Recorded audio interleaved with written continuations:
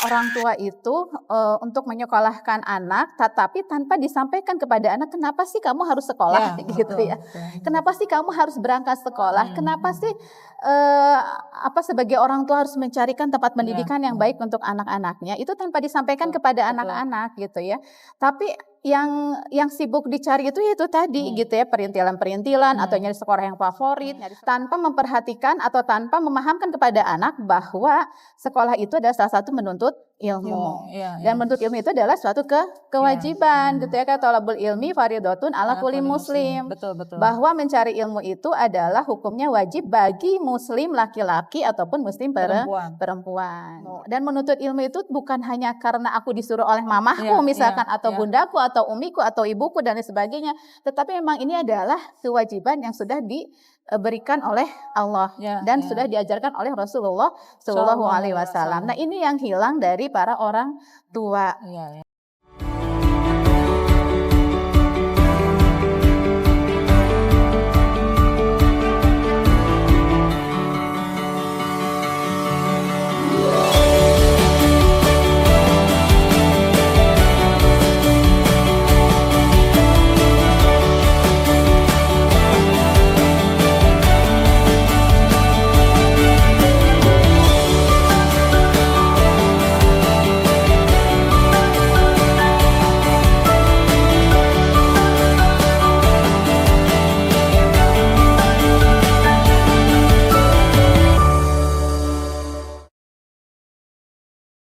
Bismillahirrahmanirrahim. Assalamualaikum warahmatullahi wabarakatuh. Waalaikumsalam warahmatullahi wabarakatuh. Alhamdulillahirabbil alamin wa bihi nasta'in wa la umuri dunya waddin.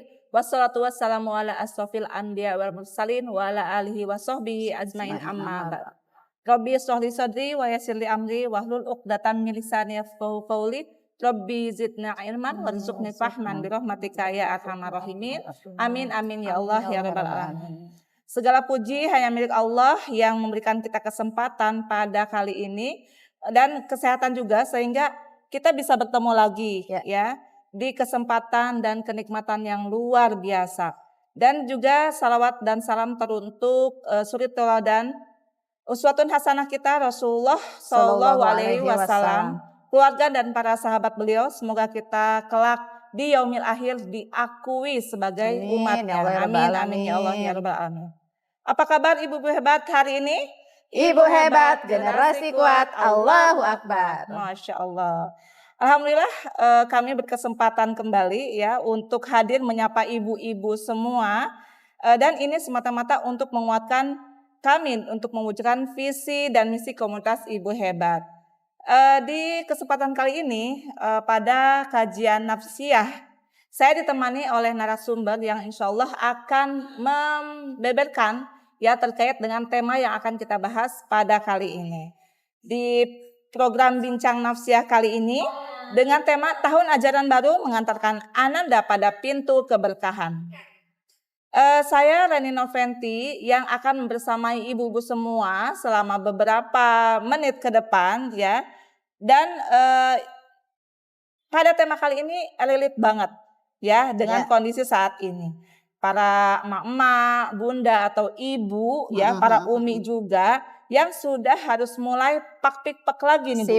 Sibuk ya mempersiapkan bekal, dan sebelumnya memang sudah banyak perintilan-perintilan yang disiapkan menghadapi tahun ajaran baru ini gitu. Nah, sebagai emak, sebagai bunda, sebagai ibu, kita itu memastikan kebutuhan anak selama di sekolah itu terpenuhi ya.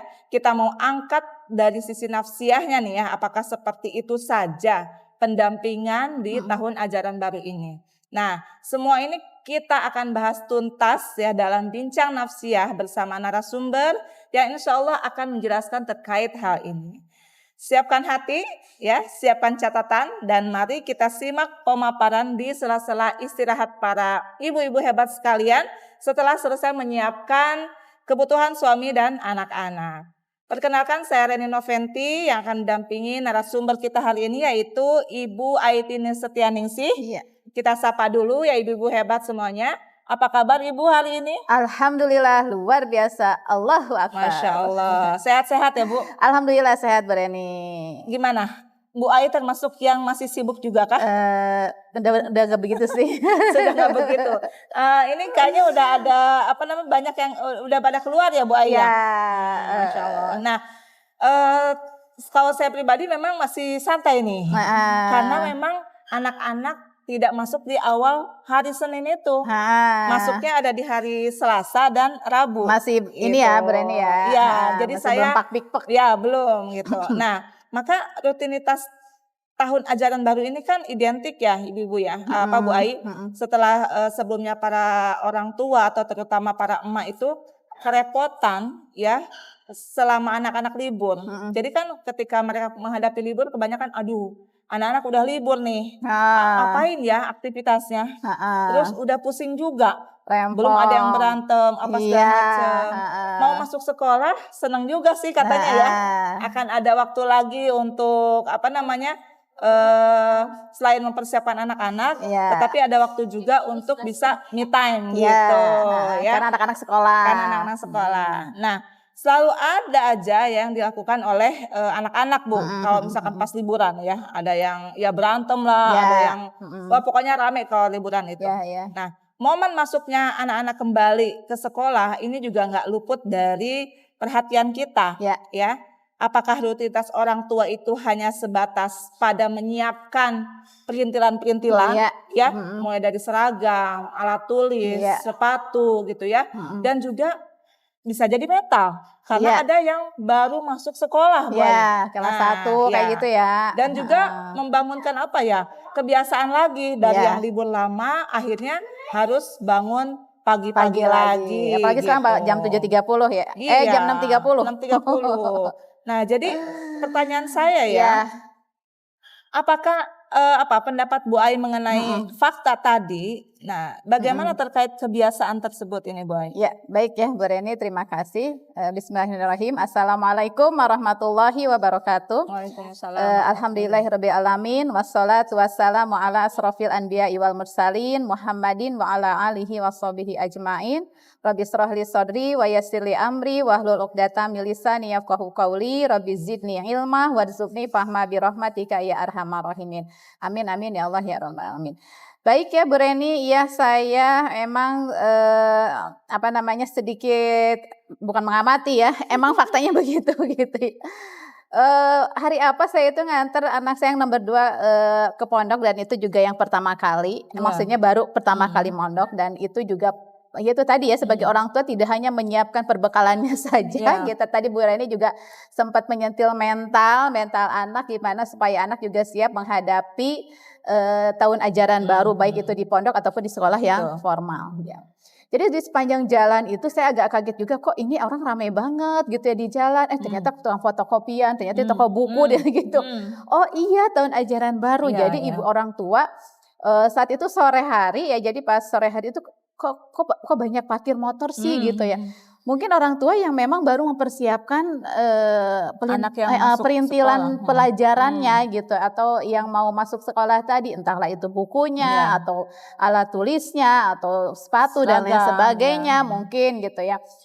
Oh iya ini toko buku gitu. Oh ini toko ini. Oh ya besok tuh udah pada masuk anak-anak gitu ya. Nah jadi itu memang fenomenanya Bu Reni ya. Jadi ketika tahun ajaran baru itu ibu-ibu tuh semangat juga mempersiapkan pernak-pernik pembelajaran bagi anak-anaknya. Di antara tadi ya Bu Reni ya, toko buku ngantri, cari buku yang semurah mungkin gitu ya.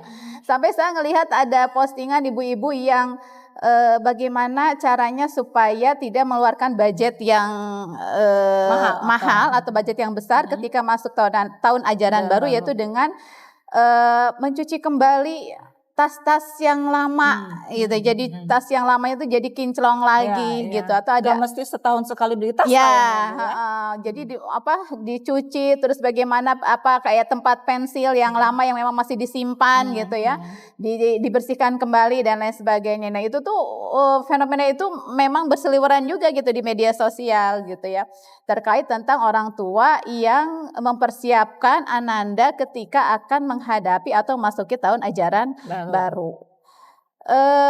Mudah-mudahan ini menjadi menularkan rasa semangat kepada anak-anak gitu ya, ketika orang tua itu pun se-effort itu gitu menyiapkan anak-anaknya untuk memasuki tahun ajaran baru. Mudah-mudahan sih gitu ya Bu Reni, ketika orang tua kan sibuk gitu, mana ininya gitu. Itu juga membuat anak semangat, ibuku sesemangat itu gitu, atau bundaku sampai segitunya gitu, atau ayahku dan lain sebagainya gitu. Untuk mempersiapkan sekolah aku tuh luar biasa, maka aku juga harus semangat. Nah mudah-mudahan gitu ya. Ya Bu Aya. Ya ya itu tadi ya, hiruk pikuk kesemangatan emak-emak ketika mempersiapkan anak itu ke tahun ajaran baru gitu, dengan perintilan pembelajaran itu menjadi menular juga kepada anak-anaknya untuk semangat kembali ketika masuk sekolah lagi gitu, tahun ajaran baru.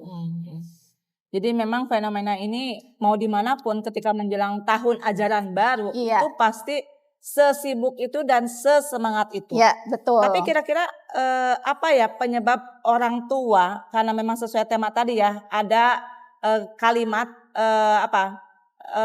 mengajak kepada keberkahan gitu ya Bu Aya. Nah tapi kondisi sekarang ini kan hanya sebatas pada menyiapkan hal itu saja.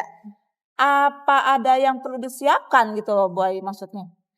Ya ada sih Bu Reni ya. Selain itu memang kita harus mempersiapkan anak-anak itu. Kadang kan kita suka nggak kepikiran tuh mempersiapkan anak-anak ketika anak-anak itu masuk sekolah lagi dengan semangat gitu ya. Tidak mempersiapkan ketika anak-anak itu masuk sekolah lagi dengan tanpa ibunya atau orang tuanya harus intonasinya tinggi setiap pagi gitu ya. Tapi ada yang perlu kita sampaikan kepada anak-anak, yaitu memahamkan kepada anak-anak bahwa sekolah itu bukan hanya rutinitas saja. Itu mempersiapkan kepada anak-anak. Mungkin anak-anak merasanya begitu ya. Ya nggak tahu juga sih kayak gimana orang tuanya juga kali ya. Hanya rutinitas, berangkat pagi pulang siang, udah besok lagi berangkat pagi pulang siang, tanpa ada rasa anak itu ketika berangkat ke sekolah itu bahwa ini adalah suatu memenuhi kewajiban yang sudah diperintahkan dari Allah. Yang sudah diperintahkan oleh Allah dan sudah diajarkan oleh Rasulullah Shallallahu Alaihi Wasallam. Jadi kalau bahasa kayak sekarang, bahasa anak mudanya menjadi garing gitu ya Bu Reni ya. Jadi garing itu ya udah dibangunin, sholat subuh, berangkat gitu. Belum memang drama-dramanya dulu tuh Bu Aya. Anak-anak yang dibangunkan tuh kan pasti selalu ada drama itu. Nah kayak gitu. Jadi kayak suatu keharusan orang tua itu untuk menyekolahkan anak, tetapi tanpa disampaikan kepada anak, kenapa sih kamu harus sekolah gitu ya?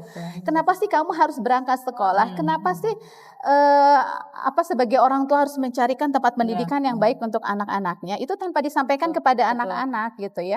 Tapi yang sibuk dicari itu tadi gitu ya, perintilan-perintilan atau nyari sekolah yang favorit, nyari sekolah yang yang nantinya bisa dianggap bisa menjadi masa depan yang cerah misalkan gitu, tanpa memperhatikan atau tanpa memahamkan kepada anak bahwa sekolah itu adalah salah satu menuntut ilmu. Dan menuntut ilmu itu adalah suatu kewajiban gitu ya, kayak thalabul ilmi fardhatun ala kulli muslim. Betul. Bahwa mencari ilmu itu adalah hukumnya wajib bagi muslim laki-laki ataupun muslim perempuan gitu. Nah, itu tidak dipahamkan, tidak disampaikan kepada anak ya. Atau di dalam Al-Qur'an surat Al-Alaq dari ayat 1 sampai 5, di situ kan Allah memerintahkan iqra, bacalah, berarti suruh baca, artinya belajar gitu ya, belajar. Nah, itu juga kan suatu perintah dari Allah. Ketika kita itu ngapain sih ke sekolah? Apa cuma datang terus merhatiin guru tanpa ada ruh lah kalau bahasa dewasanya ya, tanpa ada bahwa aku kesadaran, kesadaran bahwa aku tuh duduk di sini tuh untuk menuntut ilmu. Dan menuntut ilmu itu bukan hanya karena aku disuruh oleh mamahku misalkan atau bundaku atau umiku atau ibuku dan lain sebagainya, tetapi memang ini adalah kewajiban yang sudah diberikan oleh Allah dan sudah diajarkan oleh Rasulullah Shallallahu Alaihi Wasallam. Nah, ini yang hilang dari para orang tua. Saya juga belajar lagi sih Bu Reni ketika karena Gurunda juga pernah menyampaikan ini gitu ya. Jadi kalau lihat anak-anak lagi cemberut lagi apa gitu, niatkan ini loh bukan karena mamah gitu ya, tapi ini memang karena perintah dari Allah. Insya Allah pahalanya wajib gitu ya. Nah itu selalu gitu ya, sering kali disampaikan kepada anak-anak sehingga apa yang mereka lakukan itu bukan semata-mata karena saya gitu, karena orang tuanya, tapi memang karena kewajiban yang sudah Allah berikan kan gitu. Nah ini yang hilang dari orang tua Bu Reni, orang tua tidak mempersiapkan ini kepada anak-anak sehingga anak-anak itu yang hanya rutinitas aja. Jadi ketika mereka lelah, ketika mereka malas, ketika mereka itu ya udah gitu ya. Tapi kan ketika mereka sudah, kan kalau kita sudah menyampaikan, ketika kita colek lagi, iya gitu kan, kayak anak saya gitu. Iya Ma tahu iya gitu ya. Ketika saya colek lagi, ini menuntut ilmu tuh kewajiban loh gitu, bukan hanya karena orang tua yang berkewajiban untuk memberikan pendidikan yang terbaik, tapi kewajiban juga bagi si anak, individu anak untuk apa? Untuk yaitu tadi menuntut ilmu gitu ya. Nah ini yang harus sering kita sampaikan kepada anak-anak gitu ya, bahwa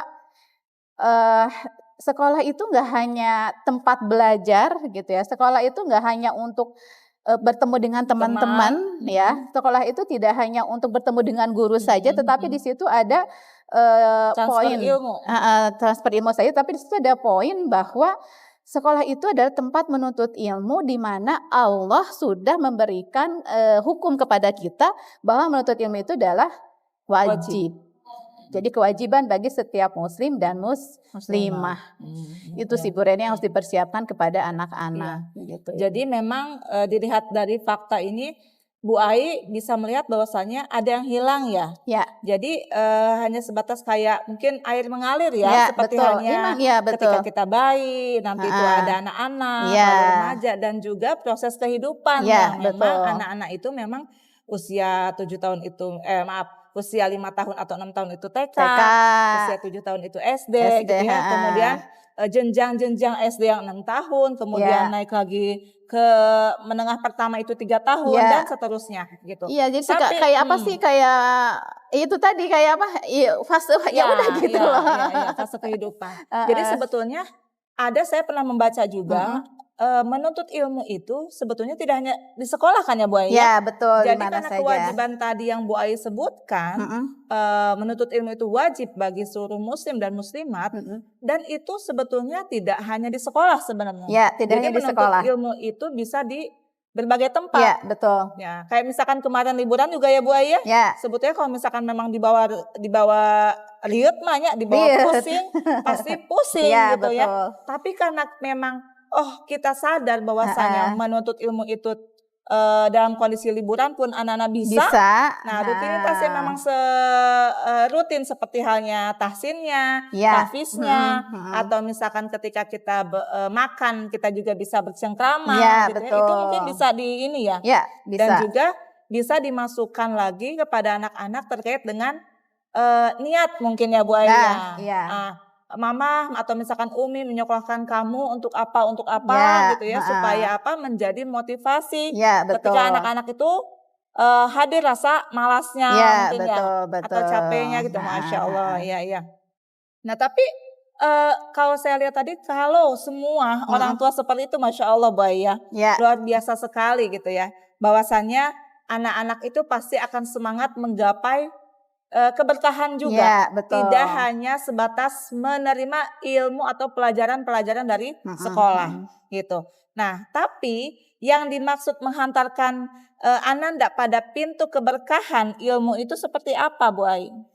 Ya tadi ya Bu Reni, salah satunya adalah yang keberkahan ilmu itu ada kan, kalau saya ngelihat di Mbah Google ya, coba sebentar saya. Kita nanya sama Mbah ya, Ibu. Nah, Jadi yang dimaksud dengan keberkahan ilmu itu adalah kondisi ilmu yang mendatangkan kebaikan dan manfaat bagi dirinya sendiri maupun orang lain.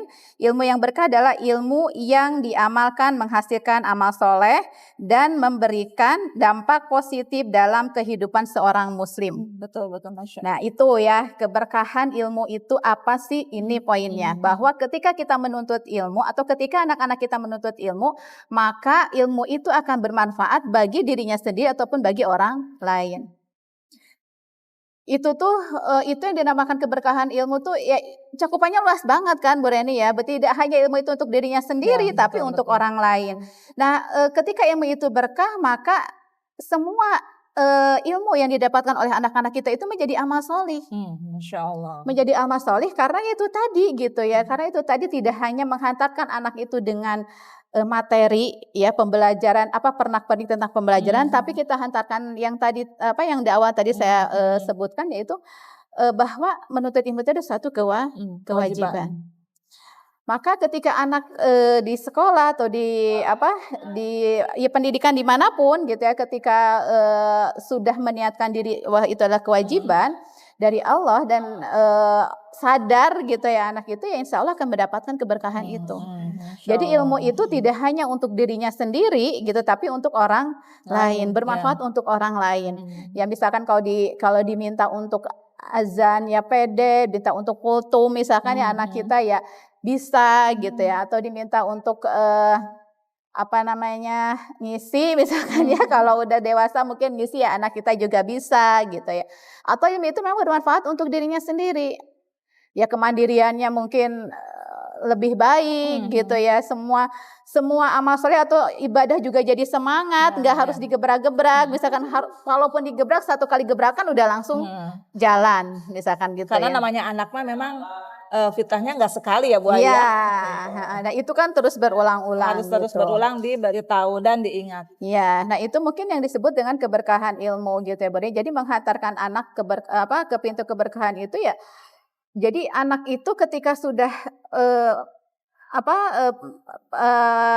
pendidikan gitu ya, atau sudah belajar di sekolah itu, jadi ilmu itu jangan sampai masuk ke telinga kanan keluar telinga kiri gitu kan ya. Mending masuk Bu Ai. Iya, kalau mengendap. Masuk gimana? Malah mengendap di luar. Nah, tapi ilmu itu ketika mencapai keberkahan, nah akan menjadikan ilmu itu adalah ilmu yang bermanfaat dan menjadikan amal solih. Entahlah itu mengajarnya kepada orang lain atau dia sendiri yang melakukannya gitu kan. Itu luar biasa banget gitu ya Bu Reni, ketika kita menghantarkan anak di tahun ajaran baru itu tidak hanya melulu gitu ya pernak-pernik pembelajaran, tapi dihantarkan juga anak itu terkait tentang keberkahan ilmu. Sehingga ketika anak masuk itu gitu ya, tidak hanya pelajaran yang masuk, tapi keberkahan ilmu juga dapat gitu Bu Ren. Kalau misalkan keberkahan ilmu ini anak sadar bahwa istilahnya yang dilakukan itu mendapatkan feedback demikian gitu. Saya juga pernah nih, kalau menurut Bu Ai seperti apa ya, ketika namanya keberkahan itu kan, maaf ya Bu Ai ya, sesuatu yang hanya dirasakan. Ya. Tapi ketika kita bertanya misal, berkah itu apa? Nah, itu kayaknya kita nggak bisa ngejawab kayak seperti kita tanya Bu Ai, rasa garam apa gitu ya. Nah, kalau rasa garam kan istilahnya asin, bisa kita jawab langsung. Tapi kalau misalkan saya bertanya, berkah itu apa Bu Ai? Nggak bisa didefinisikan entah itu manis atau asin. Nah, tapi itu adalah sesuatu yang dirasakan. Maka bisa jadi ya Bu Ai ya, ketika kita lihat anak-anak semangat sekolah, kemudian kita lihat anak-anak istilahnya dengan sadar bahwa misalkan mengerjakan tugasnya gitu ya. Nah, itu bisa jadi mungkin dampak dari sudah ada keberkahan Bu Ai. Gitu. Dan juga kalau bagi orang tuanya seperti apa nih Bu Ai untuk istilahnya berharap bahwa bisa mendapatkan keberkahan juga gitu. Ya, baik ya Bu Ren.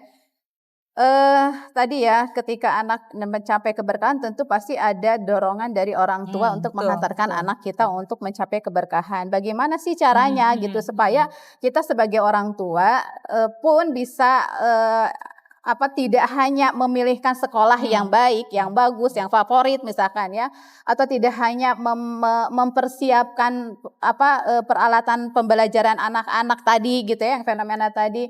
Tetapi di sini orang tua juga menghantarkan anak pada tahun ajaran baru itu adalah untuk meraih pintu keberkahan, tentunya keberkahan ilmu. Betul. Di sini ya Bu Ren. Ini yang pertama meniatkan. Ini ada 4M kalau nggak salah ya. Iya. Betul deh kalau nggak salah 4M. Tapi udah bukan COVID Bu Ai. Hah? Mencuci tangan? Oh, bukan itu ya, bukan ya? Beda. Yang pertama adalah meniatkan, Bu Ren. Jadi meniatkan diri atau meniatkan kepada anak juga bahwa itu tadi, menuntut ilmu itu atau sekolah itu adalah bukan hanya sekedar rutinitas yang harus dijalani setiap hari.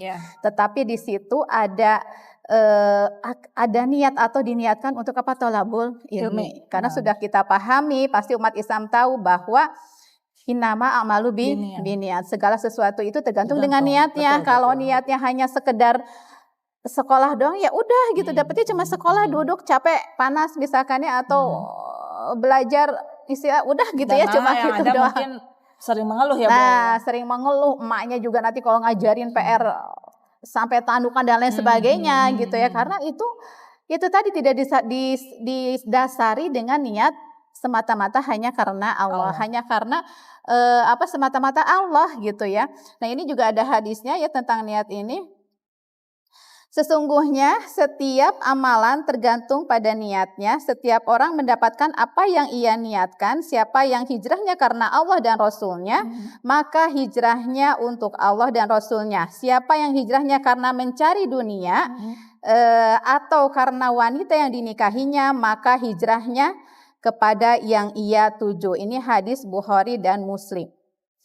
Ya itu tadi tergantung niatnya Bu Ren. Kalau niatnya dunia ya udah dunia mereka dapetin. Tapi kalau niatnya ya itu tadi akhirat, ketika kita menyekolahkan anak, misalkannya karena sekolah sekarang itu yang memang sesuai dengan kita mencari yang sekolah yang memang pemahaman Islamnya ini tuh luar biasa, gitu ya. Lebih kuat itu kan luar biasa gitu ya. Dari biaya dan sebagainya. Nah, ketika kita tidak meniatkan itu semata-mata karena Allah atau semata-mata karena kita memang kewajiban kita untuk memberikan pendidikan yang terbaik kepada anak gitu ya. Itu ya udah gitu, kayak kapas yang terbang begitu aja, kan sayang banget gitu ya. Begitupun pada orang tua yang kayak pendidikan formal gitu, SD, SMP gitu ya sama aja. Jadi ketika kita misalkan antar jemput anak gitu ya, atau menyiapkan anak gitu, kalau tidak diniatkan karena itu ya udah gitu. Sayang ya dapat capeknya aja. Dapat capeknya aja gitu kan, sayang gitu ya. Padahal ketika kita niatkan itu hanya karena Allah, maka kita akan mendapatkan pahalanya. Apalagi ini pahalanya wajib ya, pahala wajib. Insya Allah kita mendapatkan pahala wajib gitu ya. Jadi saya jadi ingat suami saya antar jemput ke Ciapus. Itu kan kalau jam 2-an itu panas ya Bu Ren, panas.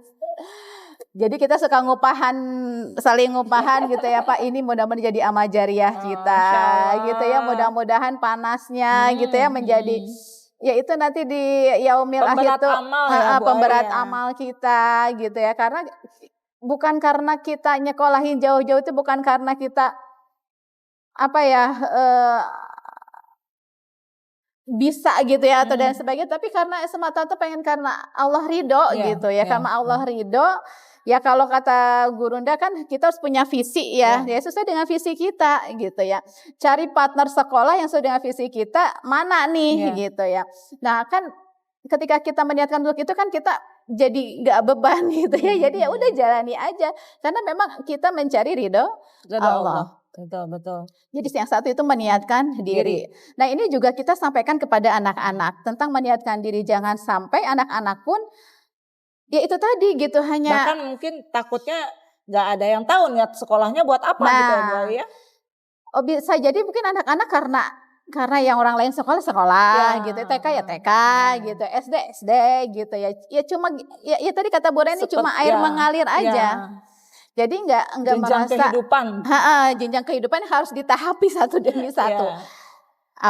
Kayak bayi merangkak gitu ya. Betul. Nah tidak ada kesadaran ya kata Bu Reni, tidak ada kesadaran bahwa di situ itu semata-mata hanya karena Allah. Iya. Itu kan sayang banget gitu ya ketika kita meniatkan sesuatu itu hanya karena dunia apalagi gitu ya.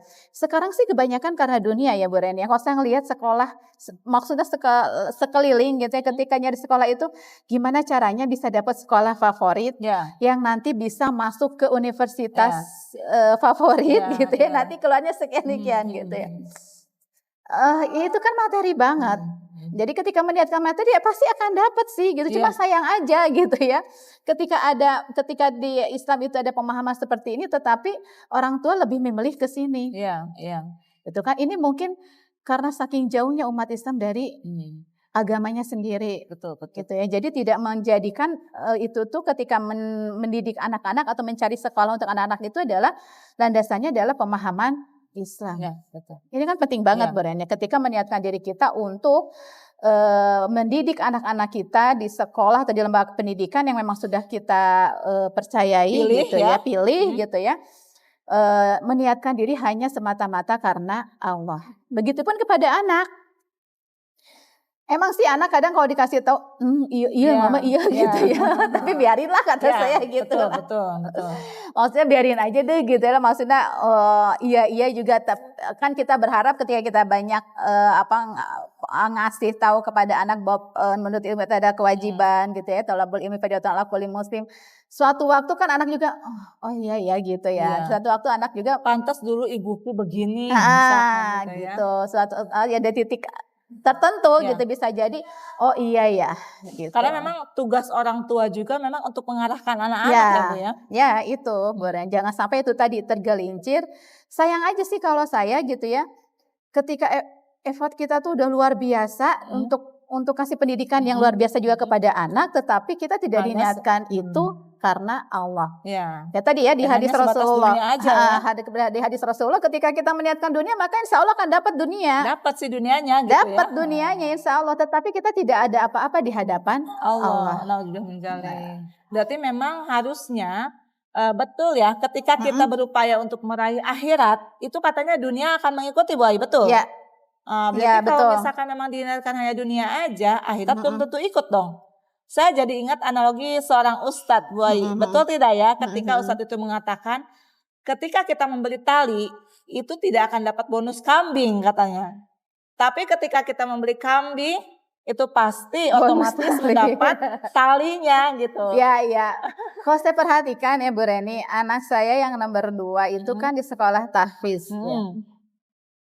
Secara saya mau ininya gitu ya, memang dari SD agak menonjol di tahfiz gitu ya. Secara akademis saya memang tidak menuntut anak-anak untuk harus selalu juara gimana gitu ya. Tapi anaknya santai banget gitu, intuiting anaknya santai banget. Kayak saya dong Bu Ai. Anaknya santai banget dan saya juga tidak pernah anu gitu ya. Tapi ketika saya lihat atau ketika saya amati ternyata yang lebih menonjol dari 3 anak saya ini. Dari segi hafalan, terus dari segi akademis gitu ya. Bahkan ini karena saya ibunya ya, jadi saya bangga diri sendiri. Bahkan kemarin pas ujian itu bahasa Sunda, mungkin karena bahasa ibunya bahasa Sunda gitu, itu paling besar gitu di angka kakang ya Bu ya. Kakang itu diangkat. Iya mungkin ini gitu ya ketika kita fokus di situ ya ilmu agama, terus kita juga sering menyampaikan yaitu tadi ya bahwa ilmu itu adalah tidak hanya semata-mata menuntut ilmu aja gitu ya. Itu ternyata ngefek juga kepada anak gitu ya. Nah, yang saya perhatiin aja gitu maksudnya karena pengalaman aja gitu. Oh iya benar ya gitu ya. Jadi saya nggak sibuk-sibuk murojaah gitu ya. Meskipun awalnya gitu juga sih Bu Reni. Ini waktunya maghrib sampai isya waktunya ngaji dan murojaah misalkan. Tapi saya nggak terlalu sibuk gimana gitu ya. Terus mungkin ini kata. Terus saya juga diskusi sama bapaknya. Insya Allah deh kalau megang Al-Quran mah yang lain nuturkeun gitu ngikutin. Gitu.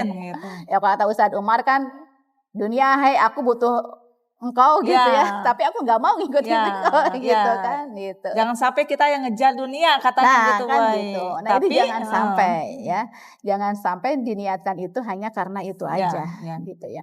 Nah yang selanjutnya adalah niatkan diri kita atau niatkan kepada anak kita itu adalah untuk menghindari kebodohan. Ya Allah luar biasa sekarang ya umat Islam, saya sih nggak mau nyebut bodoh ya, apa sih pemahamannya kurang gitu ya. Sampai yang di luar nalar kita aja tuh ada sekarang. Itu apa bukan karena pemahamannya yang rendah?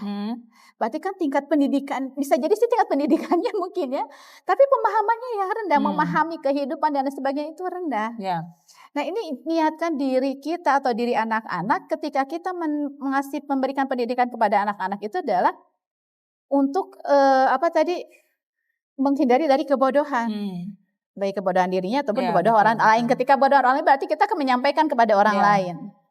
Jadi jangan terperangkap di situ gitu, jangan terperangkap di situ. Ya udah deh biarin deh dia mah gitu ya. Tapi kita juga berusaha ketika kita sudah tercerahkan oleh suatu ilmu, maka kita juga berusaha untuk menyampaikannya kembali sehingga orang itu juga jadi tercerahkan. Tidak ada di lingkup kebodohan tadi gitu Bu Reni ya. Selain tadi niat karena Allah, kita juga niatkan bahwa itu tadi untuk menghindari dari kebodohan. Nah selanjutnya ada lagi nih Bu Reni, M yang kedua. Ini bukan, masih dimeniatkan. Masih diniatkan ya. diri. Tadi kan niat. Panjang bahasa, meniatkan diri aja udah luar biasa ini. Ya tadi kan niat karena Allah. Kedua niatkan diri untuk menghindari dari kebodohan. Ketiga adalah meniatkan diri untuk bentuk syukur kita atas nikmat Allah. Ya, bentuk syukur kita atas nikmat Allah, sehatnya badan, sehingga kita bisa belajar. Betul. Sehatnya mata kita sehingga kita bisa melihat papan tulis, sehatnya mulut kita sehingga kita bisa menjawab pertanyaan-pertanyaan mungkin yang sudah disampaikan oleh Bapak Ibu guru atau Ustadz Ustadzah, misalkan sehatnya tangan kita bisa menulis, kaki kita gitu ya. Itu kan rasa syukur kita kepada Allah. Bahwa untuk apa? Untuk memenuhi kewajiban dari Allah, yaitu menuntut ilmu. Jadi dipakai gitu, yang Allah berikan matanya dipakai untuk melihat yang ilmu-ilmu yang baik-baik yang sudah diberikan kepada kita oleh ustadz atau ustadzah. Misalkan tangan kita dipakai untuk menulis baik itu menulis ilmu ilmu pengetahuan ataupun ilmu agama gitu. Kakinya juga dipakai untuk kemana sih? Untuk ke majelis taklim misalkan gitu ya. Kalau ibu-ibu mungkin pendidikannya ke majelis taklim gitu ya. Atau tangan kita dipakai untuk apa, kaki kita dan lain sebagainya. Nah, jadi ini ya mungkin yang harus kita sampaikan dan untuk diri kita sendiri gitu ya ketika meniatkan pendidikan kepada anak-anak. Itu meniatkan diri. Ya. Selanjutnya ada memuliakan. Ini M yang kedua. M yang kedua. Oke, lanjut Boy. Jadi itu ada poinnya dari meniatkan diri itu tadi, niat karena Allah, niat untuk menghindari kebodohan, dan niat mensyukuri nikmat Allah. Nah sekarang yang M yang kedua adalah memuliakan guru. Ini penting banget Bu Ren ya. Ini penting banget memuliakan guru. Ini ada dari sabda Rasulullah SAW. Belajarlah kamu semua dan mengajarlah kamu semua. Dan hormatilah guru-gurumu serta perilaku gitu ya, serta perilaku baiklah terhadap orang yang mengajarkanmu. Hadis Tabrani. Nah, jadi kita bukan dianjurkan ya. Ya kalau kita ingin jadi umat Rasulullah, kita tentu apa yang sudah disampaikan Rasulullah kita upayakan untuk kita lakukan gitu ya. Di sini Rasulullah bersabda, belajarlah kamu dan mengajarlah kamu gitu ya. Ketika kita belajar maka kita mengajarkanlah, dan kita harus menghormati guru-guru kita yang sudah memberikan pelajaran kepada kita, ilmu kepada kita. Makanya kan banyak parenting ya yang mengatakan bahwa jangan sampai Al-Fatihah itu diajari oleh gurunya gitu, tapi ambil sama kita karena itu kan menjadi amal jariah bagi kita. Nah gitu ya. Nah ini tentang memuliakan guru gitu ya. Nah ini ada lagi hadisnya, yaitu ketahuilah seorang murid tidak akan memperoleh ilmu dan tidak akan dapat ilmu yang bermanfaat kecuali ia mau mengagungkan ilmu, ahli ilmu, dan menghormati keagungan guru. Masya Allah, ini terkait dengan memuliakan guru tadi ya Bu ya. Bu Rene, jangan sampai kayak sekarang ya, guru-guru itu Aduh, jauh sekali dulu sama sekarang, Bu Ai. Ya Allah, gitu ya. Sedih banget sih sebenarnya ya ngelihat fenomena guru-guru. Ini kalau diceritain harus satu tema sepertinya gitu ya. Jadi kita bahas ini aja gitu ya. Itu mencintai guru gitu ya. Ini banyak sekali cerita-cerita atau riwayat-riwayat terkait tentang mencintai guru ini, Bu Ren. Ya, bagaimana peradaban Islam dulu gitu ya ketika memuliakan guru. Ini subhanallah gitu ya. Ada kisah dari khalifah kita Harun ar-Rasyid gitu ya. Di mana ingin menyekolahkan anaknya gitu ya. Kalau nggak salah menyekolahkan anaknya ya ketika itu tuh mendapatkan anaknya itu orang siapa ya, mendapatkan anaknya sedang menyirami wudhu air ketika wudhu gitu ya. Ternyata beliau marah gitu. Marahnya kenapa nggak dua tangannya gitu, kenapa cuma satu tangannya gitu ya untuk mengusap atau apalah gitu kepada gurunya. Itu saking memuliakan guru. Ada lagi Muhammad Al-Fatih ya, ketika sedang rapat dengan kalau sekarang mah menteri atau jajarannya gitu ya. Terus melihat gurunya datang, langsung keluar. Langsung keluar menghampiri gurunya. Makanya sebegitu.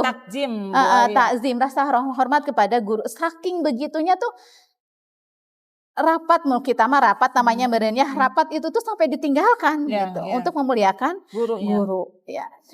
Atau sahabat kita Ali bin Abu Thalib dalam riwayatnya yaitu aku adalah menjadi hamba sahaya orang yang sudah mengajari aku.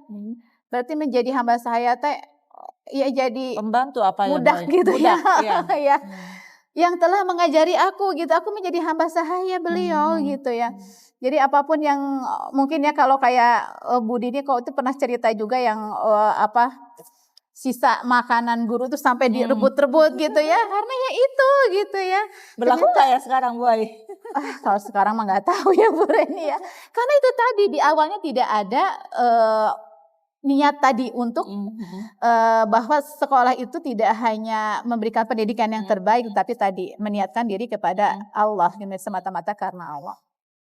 Nah, ini banyak sekali riwayat-riwayat yang menyatakan tentang mencintai guru.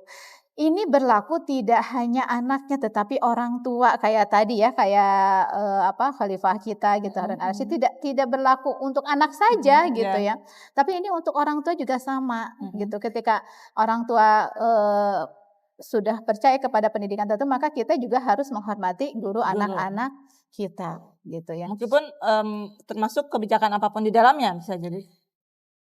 Kalau memang tidak melanggar hukum syara sih nggak masalah. Kalau saya ya, kalau tidak melanggar hukum syara sih nggak masalah. Karena kita sudah percaya, kita sudah yakin kepada lembaga pendidikan tersebut gitu ya. Saya jadi ingat anak yang pertama, kakak Aska tuh dulu ya mondok. Nah adalah ustazahnya itu usianya nggak jauh dari kakak gitu, dan agak protes sih kakak, masa udah gitu, biasalah cewek-cewek gitu, gitu ya, biasalah dengan ini ya. Kakak gitu, meskipun usianya tidak jauh dari kita, tapi itu adalah guru gitu ya. Jangan salah, ketika sudah levelnya jadi guru, maka kita juga ada kewajiban untuk memuliakan guru. Nah, ini mungkin Bu Reni yang ketika kita sering nyampaikan, ketika disampaikan itu tuh, iya deh, iya deh gitu ya. Artinya ada kewajiban kita sebagai murid untuk memuliakan guru gitu, meskipun usianya itu tidak jauh berbeda dengan kita gitu ya. Meskipun di bawah atau dia, tapi kalau itu guru ya kita wajib memuliakannya gitu. Istilahnya ada satu tingkat lebih dari kita gitu ya. Karena ya itu tadi yang mengajarkan kita mengajarkan kita. Nah, ini ya tidak berlaku untuk anak saja, tetapi berlaku untuk orang tua. Jangan sampai kita juga terlalu mengurusi urusan yang bukan urusan kita gitu ya. Karena banyak kasusnya juga kan ya, kalau cerita dari Bu Nini di TK tuh, ini pasti ada sesuatu, anaknya memang pasti ada sesuatu gitu marah. Ternyata kan iya, ternyata kan iya gitu ya. Nah, jadi jangan terlalu rempong yang bukan urusan kita deh gitu ya. Kalau kita memang sudah percaya ya udah gitu. Jangan terlalu kadang saya suka ini juga sih ya, ketika ngelihat fenomena sekarang gitu ya, ibu-ibu yang sama guru tuh gimana gitu ya. Atau kadang ada aja di belakang itu gitu ngomongin ya. gitu. Ya Allah, kasihan amat sih guru teh gitu, udah ngajarin kita, anak kita gitu ya. Standby dari pagi sampai sore misalkan ya, atau yang full day itu sore, kalau misalkan yang SD itu sampai siang misalkan ya. Tapi di belakang kita itu tadi gitu ya, tidak mencintai guru anak-anak kita. Nah ini yang dikhawatirkan kan, menjadi pintu keberkahan itu nggak ada gitu ya. Nah itu ya tadi mencintai, memuliakan guru. Memuliakan Kita guru. masuk ke M yang ketiga, Bu. M yang ketiga. Tadi memuliakan guru, M yang ketiga adalah mempercayakan. Ya tadi mempercayakan sudah kita spill ya Bu Reni. Terhadap itu instansi mungkin. Iya, terhadap lembaga yang memang sudah kita percayai atau sudah yakini untuk menitipkan anak-anak kita di sekolah tersebut ya. Kita percayakan, kan kalau kita nyari sekolah itu kita nggak ujuk-ujuk ya Bu Reni ya. Langsung masuk aja gitu ya, pasti Tapi kita survei, cari-cari ya, betul, ya. survei. Kita survei, cari-cari dulu sekolah mana nih yang sesuai budgetnya, sesuai dengan keinginan kita, sesuai dengan visi kita misalkan. Kita nggak hanya ujuk-ujuk, ya udah di sekolah di situ aja gitu ya. Nah ketika kita survei kan kita melihat guru-gurunya, ya melihat pendidikannya atau apa nih kurikulumnya, atau kita juga survei ke tempat-tempat, oh ini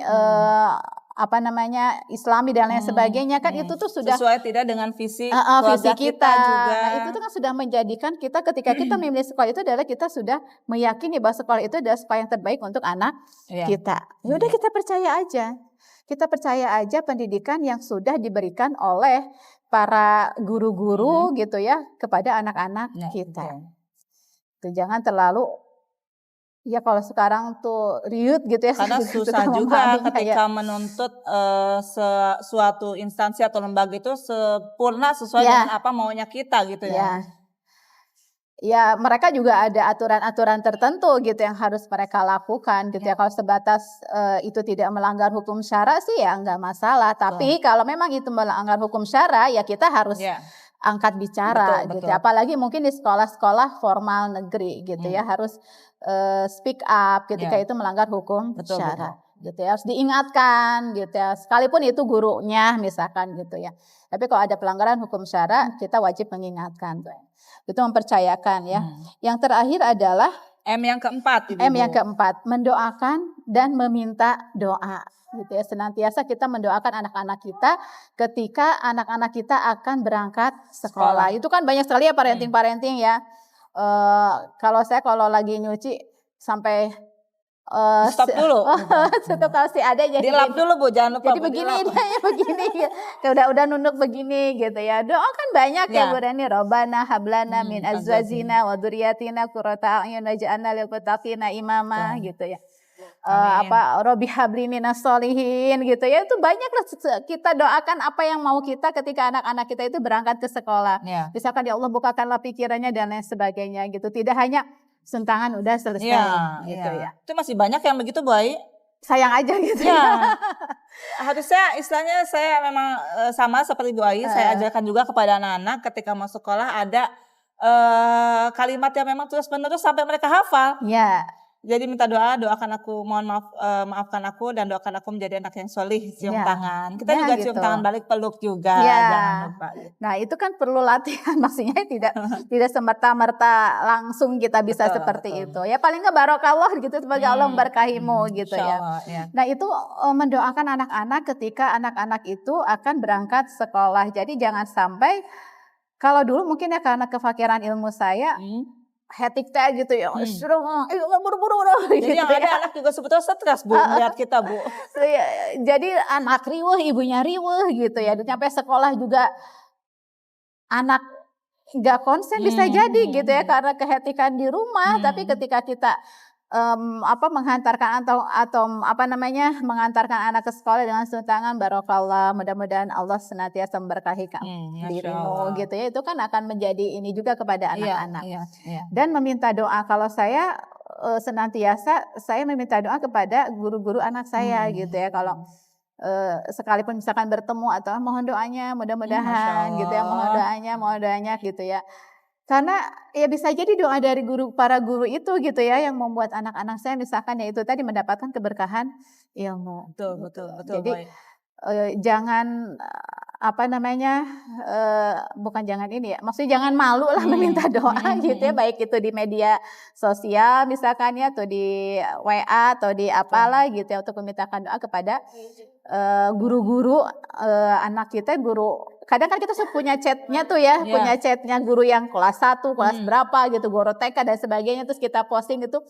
Misalkan, udah SMA ya, tuh ini udah mau doanya ya Bu. Nah, gitu itu kesempatan kita ya Bu. Iya, mau doanya ya Bu, gini-gini nih. Oh iya insya Allah gitu ya. Nah ini kan ya mudah-mudahan ya, nasi kok bahasa Sunda nama, sabenjeureun itu ya namanya. Apa itu Bu Aisyah? Pokoknya mah kita dari mana aja deh gitu ya, kita ambil dari mana aja gitu ya. Doa-doa itu sehingga menjadi keberkahan atau menjadi pembuka pintu keberkahan bagi anak-anak kita ketika anak-anak kita memasuki tahun ajaran baru. Itu sih Bu Reni ya. Masya Allah. Cukup ya Bu Ai? Cukup sepertinya udah. Ini luar biasa pembahasan kita kali ini, Masya Allah. Dan pertanyaan dari saya juga sudah semua dijawab dengan sangat detail ya oleh Bu Ai, Masya Allah. Jadi poinnya adalah untuk menghantarkan Ananda kepada pintu keberkahan tadi, ibu-ibu hebat ini mudah mengingatnya yaitu dengan 4M. Ya, bukan soal COVID ya. Bukan. Tapi COVID tempatnya juga ya, Mbak. Iya, mencuci ada tuh Bu Ai ya, tapi ya jauh-jauh lah kita udah. Amin, ya betul. Nah, 4M itu ada meniatkan diri. Meniatkan diri ini juga ada untuk meniatkan diri karena Allah, kemudian jauh dari kebodohan, dan meniatkan diri untuk selalu mensyukuri semua nikmat Allah dari Allah. Ya. Kemudian M yang kedua adalah memuliakan guru. M yang ketiga mempercayakan. M yang keempat itu mendoakan dan meminta doa. Masya Allah, ini semua M ini sudah dijelaskan setiap poinnya oleh Bu Ai. Masya Allah. Bu Ai, kita sudah ada di penghujung jam. Nah, kira-kira ada closing statement nggak Bu Ai? Ya baik ya Bu Reni, mungkin closing statementnya ya hantarkan anak-anak kita itu dengan 4M tadi ya ibu-ibu. Kita mah sebagai ibu, bukan kita mah ya kita gitu, jangan pakai mah, kita sebagai ibu ya berupaya untuk menghantarkan anak-anak kita menjadi yaitu tadi kepada pintu keberkahan ilmu. Ya mudah-mudahan dengan 4M itu bisa gitu ya, kita bisa mengupayakan anak-anak kita itu menghantarkan ke pintu keberkahan ilmu. Masya Allah, amin amin ya Allah, amin. Baik Bu Ai, Masya Allah, jazakillah khair atas ilmunya hari ini, Masya Allah luar biasa. Semoga menjadi pahala jariah buat Bu Ai dan juga bagi kita ya, dan juga ibu hebat yang sedang menyaksikan, dan berharap dimampukan ya untuk terus menjadi hamba yang sholih dan juga menjadi ibu yang siap membersamai Ananda. Amin amin ya rabbal alamin. Kita akhiri kajian bincang nafsiyah pada pekan ini, sampai jumpa 2 pekan mendatang. Jangan lupa untuk like, share, dan subscribe YouTube channel Komunitas Ibu Hebat.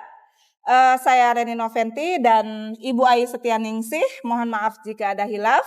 Kami undur diri. Wabillahi taufiq wal hidayah. Wassalamualaikum warahmatullahi wabarakatuh. Waalaikumsalam warahmatullahi wabarakatuh.